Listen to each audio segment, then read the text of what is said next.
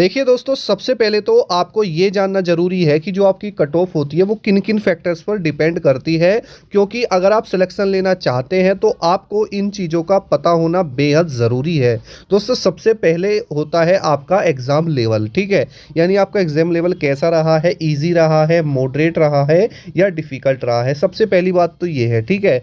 अब जो एग्ज़ाम चल रहे हैं अगर देखा जाए तो अब मॉडरेट टू डिफ़िकल्ट ही आपको दोस्तों देखने के लिए मिलेंगे, ठीक है? अगर दोस्तों हम बात करें तो दूसरा फैक्टर्स होता है वैकेंसी की, आपकी वैकेंसी कितनी है, और तीसरा फैक्टर होता है अटेंडेंस, यानी दोस्तों कितने बच्चे एग्जाम दे रहे हैं। दोस्तों देखिए, मैं आपको दो चीज़ें समझा देता हूँ। सबसे पहली चीज़ तो दोस्तों ये रहेगी कि आपने पहले देखा होगा कि जितने भी आपके फॉर्म फिल होते थे तो उसका जो कंपटीशन होता था वो 10% रहता था, ठीक है?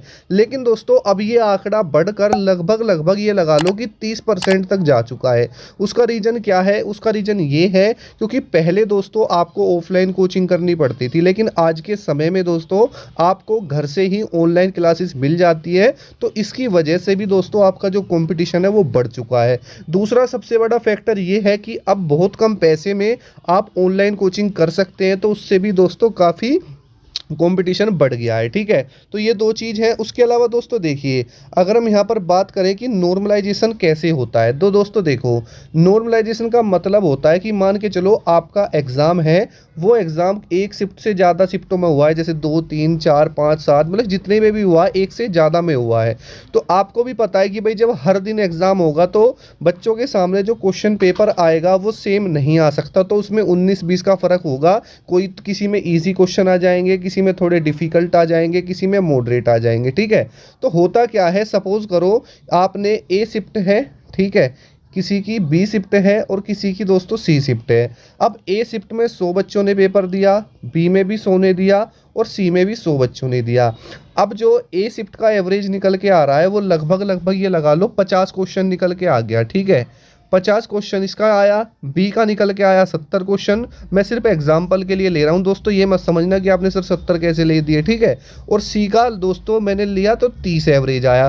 तो आप देख सकते हैं कि सबसे जो ईजी शिफ्ट है वो कौन सी रही है, सी रही, सॉरी आपकी ये बी वाली रही है, क्योंकि तभी तो 70 क्वेश्चन यहाँ का जो है एवरेज निकल के आया, यानी 70 क्वेश्चन तक बच्चे कर रहे थे। सबसे ईजी सबसे हार्ड कौन सा रहा है दोस्तों? सी शिफ्ट रही है, क्योंकि यहाँ पर 30 क्वेश्चन तक ही बच्चे पहुंच पाए हैं, ठीक है? और मॉडरेट रहा है दोस्तों आपका 50 क्वेश्चन वाला, यानी ए शिफ्ट वाला, ठीक है?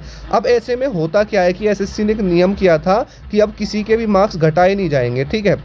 तो दोस्तों घटाए नहीं जाएंगे तो होगा क्या, जो ये ए शिफ्ट वाला है इसको कहाँ तक लेके आ जाएगा? बी शिफ्ट तक। यानी दोस्तों इसको 20 क्वेश्चन का नॉर्मलाइजेशन मिल जाएगा और इस सी वाले को दोस्तों 40 का मिल जाएगा, ठीक है? यानी दोस्तों इसको नॉर्मल किया जाता है आपके एग्जाम लेवल को देखते हुए, ठीक है? ये सिर्फ दोस्तों एग्जाम्पल के लिया था। आप ये मत समझना कि सर 70 कट ऑफ जाएगी, नहीं, ये सिर्फ दोस्तों समझाने के लिए। कट ऑफ मैं आपको दोस्तों लास्ट में बताऊंगा। उसके बाद दोस्तों देखो, एक चीज़ और भी है, आपका एग्जाम पैटर्न। अब दोस्तों देखिए, आपके मैथ के क्वेश्चन हैं, रीजनिंग के क्वेश्चन हैं, जीके के क्वेश्चन हैं, ठीक है? उसके अलावा हिंदी और इंग्लिश के क्वेश्चन है। सबसे बड़ी बात यह है कि आप लोग मैथ और रीजनिंग में अच्छा स्कोर कर सकते हैं, क्योंकि 20 क्वेश्चन आपके रीजनिंग के मैथ के हैं, 20 रीजनिंग के हैं, 20 जीके के हैं और 20 ही दोस्तों आपके हिंदी और इंग्लिश के हैं जो आप चूज़ करते हैं।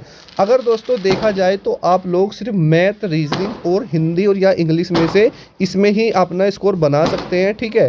जीके में दोस्तों आप मुश्किल से मुश्किल अगर 10 से 12 क्वेश्चन भी कर रहे हैं तो भी दोस्तों आपका अच्छा अटैम्प्ट है, लेकिन दोस्तों मैथ और रीजनिंग में 40 में से कम आपको 35 क्वेश्चन तो ठीक करने ही करने पड़ेंगे, यानी दोस्तों लगभग 70 नंबर आप इन दोनों में लेके आएंगे, ठीक है? उसके बाद लगभग लगभग 15 के आसपास आपको हिंदी इंग्लिश जो भी है उसको उसमें से आपको करने पड़ेंगे, ठीक है? तो इस तरीके से आपका दोस्तों एग्ज़ाम पैटर्न रहेगा। अब दोस्तों देखिए, अगर मैं बात करता हूं कि आपकी क्या एक्सपेक्टेड कट ऑफ रह सकती है दोस्तों, फिजिकल के लिए हम यहां पर बात कर रहे हैं, ठीक है? तो देखो, जनरल में उन स्टेट्स की बात कर रहा हूं जहां पर हाई कट ऑफ लगती है, जैसे हरियाणा, उत्तर प्रदेश, राजस्थान, बिहार, मध्य प्रदेश, इस टाइप से, ठीक है?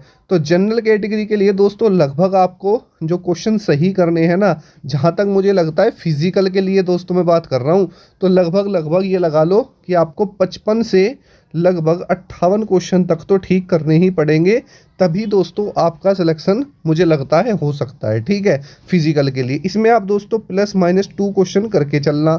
अगर दोस्तों हम ओबीसी की बात करें तो यहीं पर 53 से लगभग 56 क्वेश्चन तक आपको ठीक करने पड़ेंगे। अगर दोस्तों ईडब्ल्यूएस की बात करें तो ईडब्ल्यूएस में लगभग 52 से 54 क्वेश्चन आपको ठीक करने पड़ेंगे।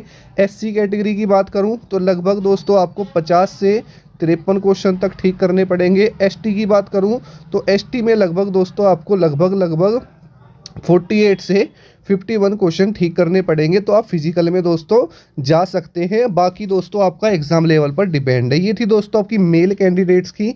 ठीक है, अगर हम दोस्तों फीमेल की बात करें तो फीमेल कैंडिडेट्स इसमें थोड़ा कम कर सकते हैं। जैसे अगर आप जनरल कैटेगरी में हैं तो लगभग यहाँ पर आप मान लीजिए 48 से 50 क्वेश्चन के आसपास।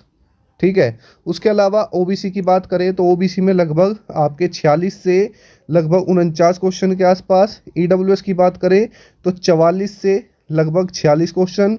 एससी की बात करें तो 42 से लगभग 43 और एसटी की बात करें तो 40 क्वेश्चन के आसपास। ठीक है, ये फीमेल्स के लिए है, इतना तो होना ही चाहिए अगर आप दोस्तों फिजिकल में जाना चाहते हो। ठीक है, तो बाकी दोस्तों आपके एग्जाम कैसा आ रहा है उस पर डिपेंड करता है। ठीक है, तो मिलते हैं नेक्स्ट वीडियो में। जय हिंद, जय भारत। दोस्तों कोई डाउट है कमेंट कर लेना, चैनल पर नए सब्सक्राइब कर लेना।